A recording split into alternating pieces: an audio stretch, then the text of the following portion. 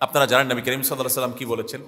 আকসারু মা ইউদখিলুন নাস আন-নার, সুইলা আন আকসারি মা ইউদখিলুন নাস আন-নার। নবীজিকে জিজ্ঞাসা করা হয়েছে মানুষকে সবচেয়ে বেশি জাহান্নামে নেয় কোন জিনিসে? অবাক হয়ে যাবেন, নামাজ না পড়ায় সবচেয়ে বেশি জাহান্নামে নেয় না, রোজা না রাখায় সবচেয়ে বেশি জাহান্নামে নেয় না, ওয়াজ মাহফিলে না আসায় সবচেয়ে বেশি জাহান্নামে নেয় না, দান সাদাকা না করায় সবচেয়ে বেশি জাহান্নামে নেয় না, কোরআন তেলাওয়াত না করায় সবচেয়ে বেশি জাহান্নামে নেয় না।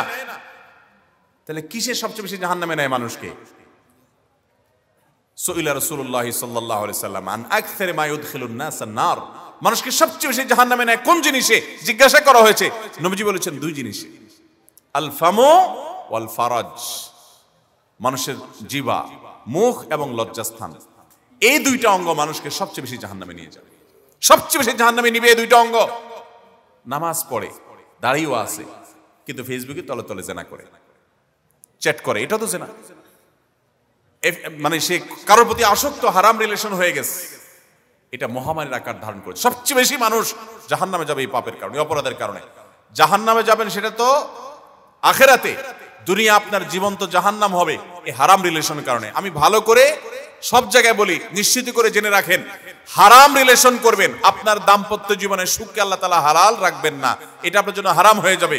দাম্পত্য জীবনে সুখ আপনি পাবেন না। যদি কেউ পায় বিচ্ছিন্ন ঘটনা, আল্লাহ তাআলা কিছু এক্সেপশন রাখেন, সেটা ভিন্ন কথা, তবে সাধারণত এটা হয় না। অতএব আমাদের যৌবনকে আমরা হেফাজত করবো তো ইনশাআল্লাহ।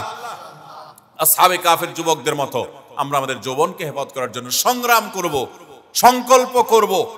সব যুবক তাদের একটা দুইটার সাথে হারাম সম্পর্ক আছে। আপনি এরকম ঢিলা যুবক হবেন না। আমি এগুলোর নাম দিয়েছি ঢিলা। ঢিলা ঢিলা বুঝেন? যেখানে যেটা দেখছে ওখানে কাইতে হয়ে গেছে, ব্যাস ওর পিছে পড়ে গেছে, এর নাম ঢিলা। আর বলিষ্ঠ মেরুদণ্ড আলা যুবক হলো যে হারাম দেখে সেটাকে না করার মতো ইমানের শক্তি রাখে। চেষ্টা করবো না ইনশাআল্লাহ? আল্লাহ আমাদের সবাইকে সেরকম ইমানের শক্তি ধারণ করার তৌফিক নসিব করুন। ভাইরা আমার, ওই যুবককে আল্লাহ তাআলা আরশের নিচে কিয়ামত দিন ছায়া দিবেন, যে যুবক কোন হারাম সম্পর্কের অফার পাওয়ার পর বলেছে ইন্নী আখাফুল্লাহ, আমি আল্লাহকে ভয় করি, সেজন্য তোমার অফার নিতে পারলাম না। চেষ্টা করবো না ইনশাআল্লাহ? ছেলে মেয়ে হারাম রিলেশনে জড়িয়ে গেলে কিভাবে হালাল রিলেশনে আসা যাবে? দেখুন, হারাম রিলেশনে যদি জড়িয়ে যায়, এরপরে ফিরে আসাটা খুব কঠিন, খুব কঠিন, খুব কঠিন। বহু যুবককে, বহু যুবতীকে আমি আমার অফিসে ডেকে ঘন্টাকে ঘন্টা ব্যয় করে বোঝানোর চেষ্টা করেছি।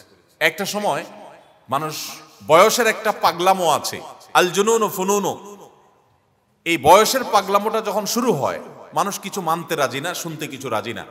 এই জন্য আল্লাহ কোরআনে বলেছেন ওয়ালা তাকরাবুজ জিনা, জেনা করিও না। আল্লাহ এই কথা না বলে এই জায়গায় বলেছেন ওয়ালা লা তাকরাবুজ জিনা, তোমরা জেনার কাছেও যেও না। আল্লাহ বলেছেন লা তাকরাবুজ জিনা, জেনার কাছেও যেও না। কেন? আল্লাহ বলবেন জেনা করিও না, কিন্তু আল্লাহ বলছেন কি? জেনার কাছেও যেও না। কারণ কি? কারণ আল্লাহ তো সৃষ্টিকর্তা, তিনি জানেন আমাদের ভিতরে কি কি দুর্বলতা আছে। আল্লাহ জানেন, আল্লাহ জানেন জেনার কাছে যদি কোনো যুবক যায় সে ফিরে আসতে পারবে না, খুব সিরিয়াস, ফিরে আসাটা টাফ। এই জন্য আল্লাহ বলছেন কাছেও যেও না। তার মানে কি?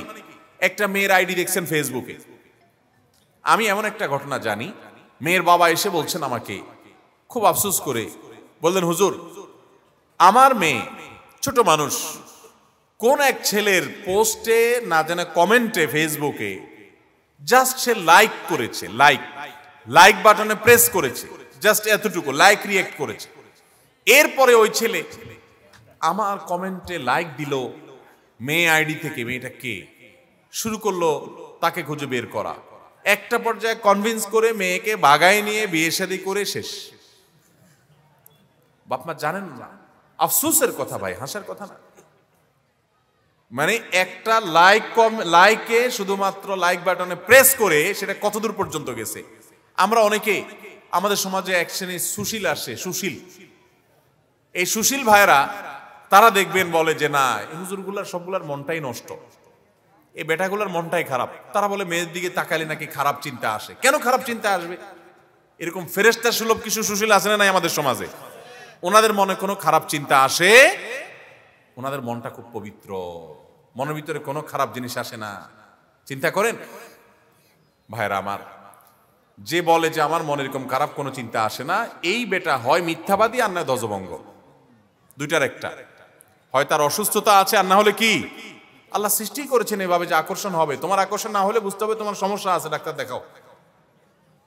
ভাইরা আমার, তো বলছিলাম যে জেনার কাছেও যেও না, আল্লাহ বলেছেন। হারাম রিলেশন থেকে বাঁচবেন কিভাবে? ওই যে জেনার থেকে দূরে থাকবেন। আপনি একটা মেয়েকে দেখলে চোখকে হেফাজত করতে ইসলাম বলেছে। কেন কেন বলেছে? কারণ দেখার পরে আপনি এক্সরে করে ফেলবেন, ঠিক না ঠিক? এরপর দেখার পরে আপনি এবার এটাকে অন্তরে নিয়ে যাবেন এক্সরে করে, নিয়ে এবার মনে মনে জল্পনা কল্পনার জগতে আপনি ডুবতে থাকবেন। এরপরে আপনি হাউতাশ করতে থাকবেন, হারামের দিকে আপনি চলে যেতে পারেন, মনে মনে জিনা করতে পারেন। এই জন্য আল্লাহ তাআলা আপনার চোখের হেফাজত করতে বলেছে। সেকুলার দুনিয়া বলে মন খুলে দেখো, মন খুলে দেখো, কোনো বাধা দিও না, ব্যক্তি স্বাধীনতার নাম দিয়া যার যা খুশি তাকে তা দেখতে দাও। আবার বলে খবরদার, ধর্ষণ করা যাবে না, পাশবিক নির্যাতন করা যাবে না, টিজ করা যাবে না, উত্ত্যক্ত করা যাবে না। হাউ ফানি বলেন। একটা মানুষ, তাকে আপনি তার যৌন আকাঙ্ক্ষা যেটা আছে সেটাকে আরো উস্কে দিবেন, আবার বলবেন নিয়ন্ত্রণ করতে হবে। এর চেয়ে হাস্যকর কি আছে? আর ইসলাম বলে আগে থেকে বাদ দাও। ডক্টর খন্দকার আব্দুল্লাহ জাহাঙ্গীর রহমতুল্লাহ আলাইহি ইসলামী বিশ্ববিদ্যালয়ের কুষ্টিয়ার প্রফেসর ছিলেন। তিনি বলতেন যে মানুষের একটা নির্দিষ্ট বয়সে যৌন আকাঙ্ক্ষা শরীরে তৈরি হয়। মানুষ কেন, অন্যান্য প্রাণীরও এটা প্রমোটেড, আল্লাহ তাআলার তরফ থেকে মানুষের মধ্যে যৌন আকাঙ্ক্ষাটা এটা প্রমোটেড, আগে থেকে প্রমোটেড। এটাকে আর প্রমোশন করতে হয় না, এটাকে কন্ট্রোল করতে হয়।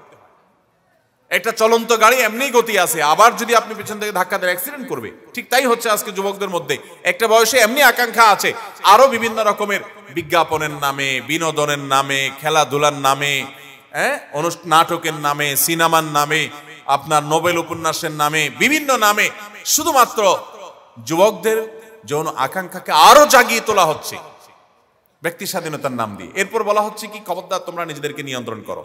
এর চাইতে হাস্যকর কিছু হতে পারে?